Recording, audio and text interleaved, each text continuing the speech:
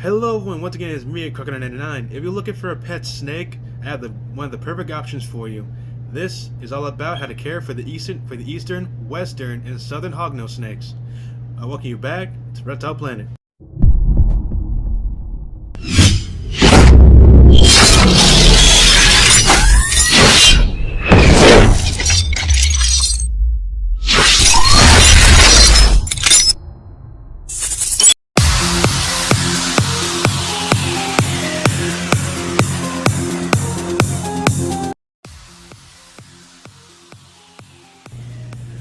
Alright, if you're looking for a pet snake that you want to have as your as a beginner pet, then the hognose snake is definitely a good choice. Now the hognose snake, there are a few variants, but the most common ones in the pet trade are the eastern, western, and southern hognose snakes are native to the eastern, western, and southern United States. So we're gonna cover how to care for these magnificent snakes. Let's start out with enclosures.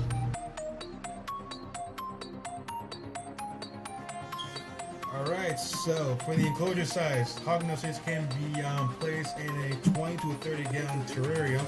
This is actually a 20-gallon terrarium. They actually can't be able to live their entire life in here. The length of these hognoses can grow up to is around 2 feet long, so they can't actually live their entire lives in a 20 to 30 gallon terrarium. Now for what you want to use is that you can, for the substrate, you can use newspaper, cypress mulch, sand, aspen shavings as substrate. So what I'm going to do is I'm going to use basically paper towel to basically as an example. This is basically an example of the stuff I'm talking about. So what you want to do is you want to cover the bottom and the substrate that you want that you're going to use. It can be aspen shaving, basically newspaper, cypress mulch. So you want to cover the bottom of the substrate first. You do want to add enough because hognose snakes do like to dig underground to look for prey in the leaf litter and sands. That's what their upturned snout is for. So you want to add just enough so they can have that be able to burrow underneath, have the little sense of feeling like they would out in the wild. Now, they do also want to include some branches in the climb on. So what I'm going to do is use a log and tree as an example. So, whoa! I didn't know that was going to happen. Okay, so you do want to add some climbing branches. To climb on, so I'm going to use this log as an example, and the tree as an example. You can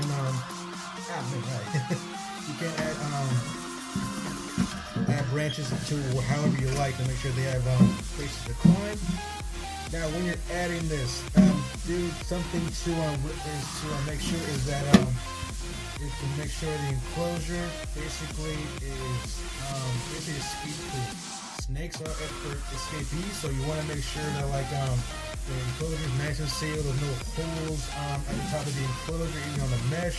There are 2 holes up here, but trust me, this enclosure is going to do a lot. So you want to make sure there are no holes, there are no access points for the snake to get through. So you want to make sure that the entire enclosure is 100% escape proof. So they won't be able to escape the enclosure when you're not even noticing. So so there's best to include some climbing spots on the climb on, also as well hiding spots. I know you can see in the tree there is a section in the tree where animals can go in and hide. You do want to add include a hiding area for them to feel comfort, like when they want to curl up somewhere to rest. You do want to include always include a hiding area. Is recommended. You can use a hide box or a plastic dip tray that is usually under potted plants. You can be able to cut a hole in that, and you would use that as their hiding space. All right. So next up is temperature. Now for hognose snake, you want to keep the temperature between 75 to 85 degrees. So you also want a basking spot. So you can either use a heat mat for underneath the enclosure or a heat lamp for on top of the enclosure, because it's talking about get plenty of UV or UVB to ensure their health. So you can use a heat lamp on top. This is basically a big window with an example. You can't get a smaller one. So a smaller heat lamp. So it's better to have a hot spot and also a basking spot for them to get plenty of that UV, and that way it will keep up and stay healthy. And when the temperature goes down at night, you do want to lower the temperature a couple degrees. So you can use a full spectrum UV light for a source of light, for a source of heat. And I would also recommend keeping one side of the cool spot. That way they can get away from the hot spot. Also be able to cool down on the other side of the enclosure. That way they can basically kind of lower that body temperature when it gets too hot at one end. They want to cool off. Always leave one spot open to ensure that they get enough heat and coolness on either side. One side hot, one side cool. It makes them a lot more. Definitely recommended scenario. Also, you do want to include a water bowl. You want your snake to stay hydrated, so you do want to add a water bowl in the enclosure. And now for feeding, you can feed your hognose snakes frozen thawed rodents or freshly killed rodents, but be mindful that you want to have the appropriate size rodent to feed your hognose snake. If you feed them a too big of a rodent, they might end up unable to swallow it or end up regurgitating it. So you want to feed them appropriate size rodent for the size of your hognose. So as juveniles, I would suggest feeding them pinky mice or baby rodents.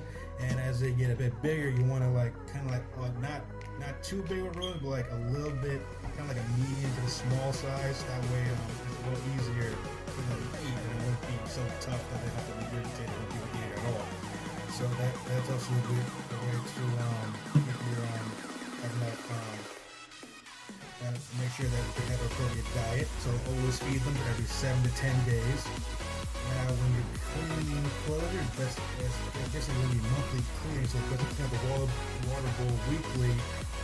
Basically spot clean, take out any waste or shedded skin out of the enclosure to keep it nice and clean, and that will improve the health of your hognose. Alright, so a hognose snake is definitely a good beginner snake to keep if you want to get a snake. Basically, not looking for the ball python or corn snake. A hognose snake is definitely up there as a snake, and also to make sure your hognose snake is basically well maintained. It's best if you basically handling every once every week. So that way basically tame out. That way it won't be so snappy and aggressive and try to handle them. It's weekly handling, and you'll definitely have a good hognose snake and a very good first pet. Alright, so I hope you learned everything there is to know how to care for a hognose snake. And also, actually, lastly, if you want hognose snakes, there are different variants of hognose snakes. There are albinos. They're basically very different color mutations. Basically, nice. Basically, anaconda hognoses, super hognoses. There are very beautiful variants of hognoses, and they're very different color morphs. So it's basically you're looking for something kind of like you don't want to kind of like normal hognose. You want something a lot more kind of like more fancy, a little more pizzazz. You can go with a little more of one of the mutations that they come in. So I hope you guys enjoyed how to care for a hognose snake, and I will see you guys next time. Like, subscribe, turn the post notifications on, and I will see you guys in the next video. See ya.